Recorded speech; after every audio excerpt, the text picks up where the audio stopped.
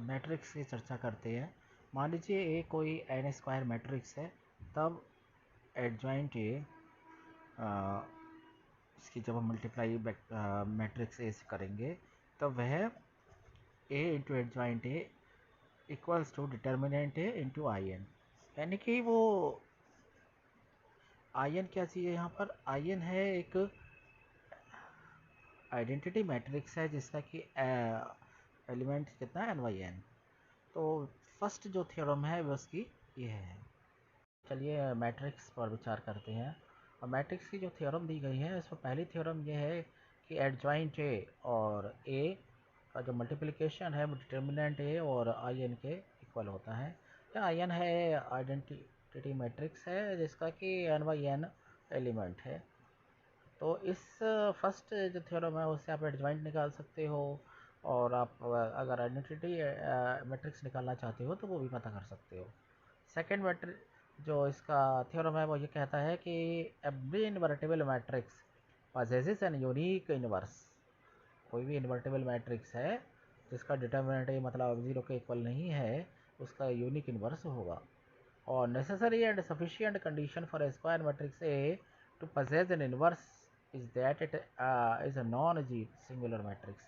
यानी कि डिटर्मिनेंट ए जीरो के इक्वल ना हो, ये कहने का मतलब है। और फोर्थ, अगर ए और B two N square non singular matrix है तो ए बी का inverse equals to B inverse A inverse. और अगला क्या दिया हुआ है, A transpose inverse equals to A inverse transpose, या ए प्लस इनवर्स या ए इनवर्स प्लस। इस तरीके से यह दिया हुआ है। अब theorem number 5, product of orthogonal matrix are also orthogonal. अगर दो ऑर्थोगोनल मैट्रिक्स है उनका जो प्रोडक्ट करेंगे तो वो भी क्या होगा, ऑर्थोगोनल।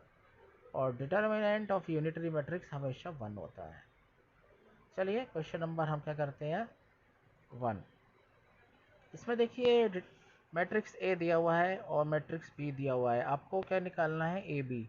तो इसके लिए हम लोग क्या करते हैं, मैट्रिक्स ए लिया और मैट्रिक्स ए को देखिएगा, ये देखिएगा मैट्रिक्स ए को हमने किस तरीके से 4 कंपोनेंट में डिस्ट्रीब्यूट कर लिया। जैसे कि आप क्या देख रहे हो, 2 1 3 2 है, इसको A11 मान लिया। अब ऊपर क्या है 0 0, इसको A12 0 0 है ना, 0 2 सॉरी 0 2 है, तो 0 2 A12 मैट्रिक्स, और 1 0 A21 मैट्रिक्स, और A22 क्या हो गया 1। तो इस तरीके से हमने इसे मान लिया। ऐसे इसी प्रकार जैसे ऊपर के ऑर्डर से मांगना था, ऐसे नीचे आपने B11 B12 B21 B22 इस तरह से हमने ये मान लिया। चलिए अब कर देखते हैं, हमको कंप्यूट क्या करना है, ए बी कंप्यूट करना है। तो मैट्रिक्स ए की जगह आपने ये रखा, A11 वाली वैल्यू, बी की जगह ये रखा। जब आप इसे मल्टीप्लाई करोगे, इसको सॉल्व जब करोगे तो कैसे आएगा ये देखना ध्यान से।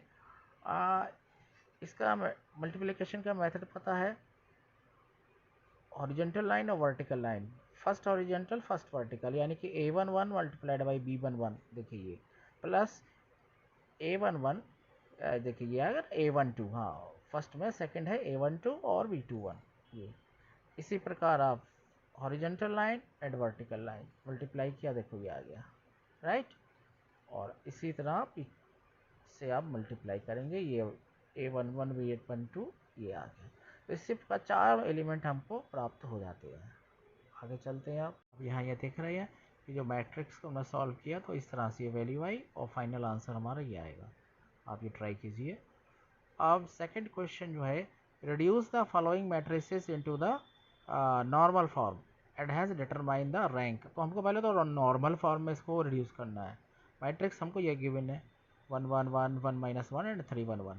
तो इसको हमने ऑपरेशन क्या किया, R21 -1, R21 मतलब कि रो जो है, रो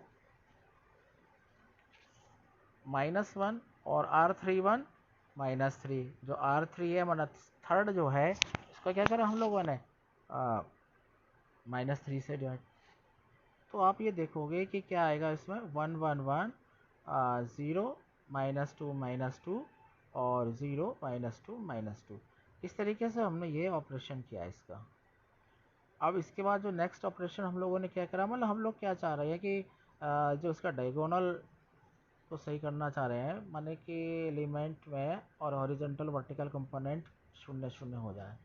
अब C21 देखिएगा, C21 माइनस वन, C21 मतलब कि कॉलम, जो कॉलम है C21 माइनस वन और C31 माइनस वन। तो ऐसे करने पर आपको क्या मिलेगा देखना, 1 0 0 0 0 minus two minus two minus two minus two. तो पहले देखिएगा ध्यान से, पहला कॉलम कौन सा है, C21, C21 ये वाला कॉलम, ये 2 एंड 1, C21। सेकेंड कॉलम का फर्स्ट एलिमेंट C21, तो 0 आ गया ना, और इसमें क्या करा, माइनस वन हमने कर दिया इसमें, तो उसमें 1 माइनस वन कितना हो गया, 0। C31 का मतलब क्या हो गया, थर्ड कॉलम का फर्स्ट एलिमेंट, यानी कि क्या हो गया, 0। तो यहाँ 1 में से माइनस वन गया, कितना बचा, 0। इस तरीके से करा हमने। C21 C31 का मतलब क्या हुआ ये देखिएगा। अब R32 माइनस वन, इसका मतलब क्या हो गया कि जो रो है, थर्ड रो का जो सेकंड एलिमेंट यानी कि माइनस टू है, और यहाँ पर क्या हो रहा है, माइनस वन। तो ये भी क्या करा हमने, माइनस टू होना चाहिए इधर, और क्या हो गया, ये शून्य, हमने इसे शून्य कर दिया।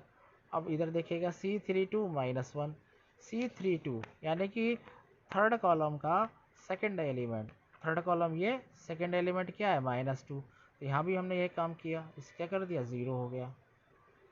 अब हम लोगों का काम क्या है, R2 minus one by two, R2 मतलब सेकेंड रो को 2 से डिवाइड कर दिया, -2 से। तो देखना क्या आएगा, सेकेंड रो ये है ना, 0 -2 है, तो यहाँ पे क्या करेंगे आप, 0 1 0, तो सेकेंड रो आ गया 0 1 0। तो आप खुद देखो कि सारे के सारे ये हॉरिजॉन्टल और ये वर्टिकल, लास्ट का हॉरिजॉन्टल और लास्ट का वर्टिकल लाइन, सारे लिमिट कितने, शून्य। और ये क्या बन रहा है, 1 0 0 1, यानी कि ये कौन सा हो गया, I2 मैट्रिक्स हो गया। तो रोए मीन्स क्या हो गया, रैंक, इसका रैंक कितना आया, इसका रैंक आया 2। तो इस ऑपरेशन को ज़रा ध्यान से देखिएगा, ऑपरेशन को समझा करिए ज़रा। R21 मतलब सेकेंड रो का फर्स्ट एलिमेंट ये है, और इधर R31 मतलब थर्ड रो का फर्स्ट एलिमेंट ये। तो इस प्रकार अगला जो क्वेश्चन है देखो, एक नोट भी लिखा हुआ है, if A B m by n matrix of rank R, then the number of linear independent solution of the system of equation ax equals to 0 is n minus r। यदि m by n matrix है हमारे पास और इसकी rank r है, तो उसका solution कितना होगा, n माइनस r। ये है कहने का मतलब, इसके इतने सारे सोल्यूशन होंगे। द solution of equation ax equals to y, अगर सोल्यूशन कंसिस्टेंट कब होगा, जब ay की रैंक और मैट्रिक्स ए की रैंक r के बराबर हो, यानी कि रैंक एक जैसी होगा तभी कंसिस्टेंट होगा ये। और for finding the basis of row null space और column null space of matrix A, हम क्या करते हैं, एक्स ए को 0 के बराबर या ए एक्स को 0 बराबर लेते हैं और इसे सॉल्व करते हैं एक्स की वैल्यू के लिए। ठीक है, अगला जो क्वेश्चन है जरा इसे चेक करते हैं हम लोग। एक इक्वेशन दी हुई है हमारे पास, for X plus 2y plus Z plus 3u, इस तरह से इक्वेशन है। तो इसको हम लोगों ने क्या करा है, A X equals to Y की जगह तो 0 0 एलिमेंट है तो वह 0 0 आ गया, ए की जगह क्या आ गया, ये इसके जो कोफिशिएंट थे 4 2 1 और 3 ये, और साइड में क्या आ गया, एक्स वाई जेड। तो एक्स इक्वल्स टू 0 फॉर्म आ गई। अब अपन लोग क्या कर रहे हैं, इसका ऑपरेशन करते हैं, R13 मतलब R1 मीन्स फर्स्ट हॉरिजॉन्टल मतलब फर्स्ट रो, और 3 मतलब क्या हो गया, थर्ड रो ये। और ये इन लोगों को क्या करा हम लोगों ने, इंटरचेंज कर दिया, यानी कि 2 1 0 1 को ऊपर लिया या 4 2 1 3 को नीचे लिया। देखो ये ऐसा करा नहीं करा हम लोगों ने। फिर जब हॉरिजॉन्टल ऑपरेशन कर रहे हैं सारा हम, देखो R2 यानी कि सेकंड जो रो है उसमें हम लोगों ने क्या करा, R2 में से 3R1 घटा दिया, तो ये वैल्यू आ गई, यानी कि सेकंड रो में से फर्स्ट रो का 3 टाइम्स माइनस कर दिया। इसी तरह से R2 का ऑपरेशन किया हमने, और लास्ट में हम लोग ये देखते हैं कि हमारे पास क्या आया, ये वैल्यू आ गई। एक्स वाई जेड, अब सीधा सिंपल मल्टीप्लाई करना है, मल्टीप्लाई करके सॉल्व करना है। वैल्यू हमारे पास क्या आई, X equals to minus Y plus U upon 2, और रैंक तो इसकी पता चल गई 2, रैंक कितनी है 2, उसे आर के बराबर लिख लिया। और इंडिपेंडेंट सॉल्यूशन आपने ऊपर वो पढ़ा था एन माइनस आर होना चाहिए, तो 4 माइनस 2 इक्वल्स टू क्या हो गया 2, क्योंकि एन ऊपर देखो 4 है। अब मान लो y बराबर a है, u बराबर b है, और a b कोई भी संख्या हो सकती है, तो x की वैल्यू क्या होगी minus A plus B I 2। तो पूरा सोल्यूशन ये आ गया कि x की वैल्यू होगी minus A plus B by 2, Y की वैल्यू a, z की वैल्यू माइनस b और u की वैल्यू b। ये इस तरीके से आप लोग इस इक्वेशन को सॉल्व करेंगे। ठीक है, अब आपसे ये क्वेश्चन पूछा गया है कि एक रिलेशन दे दी गई है आपको, क्या ये इक्वेशन कंसिस्टेंट है, और अगर कंसिस्टेंट है तो इसका कंप्लीट सोल्यूशन बताओ। चलिए इसे सॉल्व कर, ये देखिएगा A X equals to Y form में हमने क्या करा, इस इक्वेशन को लिख लिया, यानी कि ए तो हो गया कॉफिशिएंट, और एक्स वाई जेड वाई की जगह आ गया, और ए एक्स हाँ वाई की जगह आ गया -3 -2 -7, ये वैल्यू हम लोगों ने रख दी, इक्वेशन नंबर 1। फिर वही हमने ऑपरेशन किया R1 और R3, यानी कि फर्स्ट रो और थर्ड रो में ऑपरेट किया हमने, और लास्ट में हमने थर्ड रो में फिर ऑपरेट किया। तो सिंपल सी बात है, हम लोग चाहते हैं कि जीरो लाना चाहते हैं ज़्यादातर, तो देखना आप इस तरह से रिलेशन आ गया। फिर लेके इसे हमने एकदम सॉल्व किया, तो 1 1 को एक्स वाई जेड से मल्टीप्लाई करोगे तो X plus Y plus Z equals to क्या हो जाएगा -3, और इस तरह से ये वाली रिलेशन आएगी -2y plus 5z equals to 7। और लास्ट में देखो क्या आ रहा है, 0 इंटू जेड इक्वल्स टू 20, यानी कि 0 इक्वल्स टू 20, ये तो पॉसिबल ही नहीं है ना। तो क्या है, लास्ट इक्वेशन इज फॉल्स, इसलिए इक्वेशन क्या है इनकंसिस्टेंट, यानी कि इसका सोल्यूशन ही नहीं है। इस क्वेश्चन में कहा गया है कि क्रैमर रूल से सॉल्व करो। इक्वेशन दी है तो सिंपल सी बात, इसे आपको A X equals to B form में लिखना है, तो लिख दिया हम लोगों ने। क्रैमर रूल निकालना है, क्रैमर रूल में हमको डिटर्मिनेंट ए निकालना होता है, तो 1 2 3 2 -3 1 3 1 -2, इसका क्या कर लोगे हम लोग, डिटर्मिनेंट निकालेंगे। डिटर्मिनेंट देख रहे हैं कि 52 आया, 0 के इक्वल नहीं है, इसका मतलब क्रैमर रूल लग जाएगा, अगर इक्वल होता तो नहीं लगता। तो x की वैल्यू क्या आएगी, determinant a1 upon determinant a, ऐसी y की value determinant a2 upon determinant a, z की value determinant a3 upon determinant a। अब a1 a2 क्या a3 क्या चीज़ है, ये देखो जरा, a1 a2 a3, देखो जरा, ये 10 2 3, और ये जो वैल्यू आ रही है आपकी, ये देखो ध्यान से, ये 1 -3 1 9 1 -2, ये डिटर्मिनेंट कौन सा हो गया, a1। ऊपर देखो ध्यान से, ये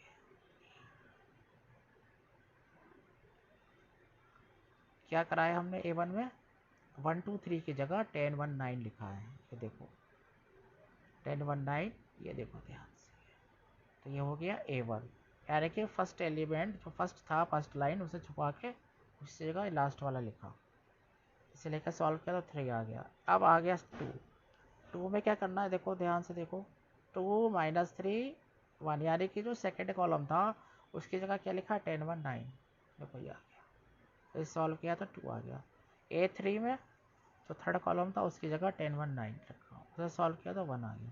तो हम देख रहे हैं कि एक्स वाई जेड तीनों की वैल्यू कितनी आ रही है, 3 2 माइनस का और 3 2 प्लस का 1। नेक्स्ट क्वेश्चन है, for what values of U, ये जो इक्वेशन दी हुई है, have a solution and solve them completely. तो कोई आपको पूरा काम करना है, A X equals to B form में लिखना है, लिख लिया हमने।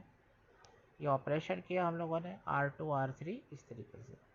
इस हर ऑपरेशन का उद्देश्य क्या होता है कि डिटर्मिनेंट ए जो है उसमें 0 लेकर आए। ये इक्वेशन फॉर्म कर लिया हमने, देखो X plus Y plus Z बराबर 1, और ये इक्वेशन फॉर्म हो गई। अब लास्ट की जो इक्वेशन है U square -3u plus 2 equals to 0, इसे जब आप सॉल्व करोगे तो यू की वैल्यू आएगी 1 और 2। तो एक बार यू की वैल्यू 1 रखेंगे तो x बराबर 1 प्लस 2 जेड आ जाएगा, और यहाँ पर z बराबर a मान लिया, क्योंकि z को कुछ भी मान सकते हो फिर आप, वेरिएबल है ना। तो y बराबर -3 है और x बराबर 1 प्लस 2 है। अगर u बराबर 2 है तब आपने ऐसे कर लिया। फाई की वैल्यू और एक्स की वैल्यू। और जेड बराबर अगर बी है, ऊपर ए माना था जेड बराबर, या जेड बराबर अब बी मान लिया। तो इस तरीके से आप ए मान सकते हो, बी मान सकते हो, सी मान सकते हो, डी मान सकते हो, बहुत से सॉल्यूशन निकलेंगे। इसलिए क्या आएगा, infinite number of solution. Next question, determinant A है 1 2 -2 1 के, तो हमें ए स्क्वायर पता करना है। और find scalars A and B such that I plus A plus B A square equals to 0। और 0 क्या है, नल मैट्रिक्स और सब ऑर्डर नंबर 2 के। चलिए देखते क्या है ये।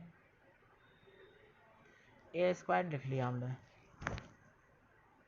यानी कि मैट्रिक्स ए की मल्टीप्लाई होनी है। 1 की 1 से मल्टीप्लाई करोगे तो 1 और 2 2 था 4, 1 -4 क्या होगा, -3। देखो -3 आ गया। वही अपना तरीका होता है कि हॉरिजेंटल एंड वर्टिकल रो से मल्टीप्लाई करना है। तो ए स्क्वायर निकल आया हमारा। इक्वेशन लीव जो दी हुई है हमें equation, I plus A plus B A square बराबर 0। इस इक्वेशन में ये वैल्यू आप पुट करो और 0 0 की जगह क्या लिखोगे, 0 0 0। वो 0 मैट्रिक्स है। इस तरीके से सॉल्व करोगे तो आएगा a बराबर -2/5 और b बराबर 1/5। जरा ध्यान से देखो, क्योंकि 1 + a - 3b किसके इक्वल है, ऊपर राइट हैंड साइड में 0 के, और 0 + 2a + 4 भी इक्वल है 0 के। तो इनको सबको क्या करा, जो एडजेसेंट 0 थे उनके इक्वल करा और इसे सॉल्व कर दिया। अब आइगन वैल्यू का है वो अभी समझेंगे कि आइगन वैल्यू और आइगन वेक्टर क्या होता है।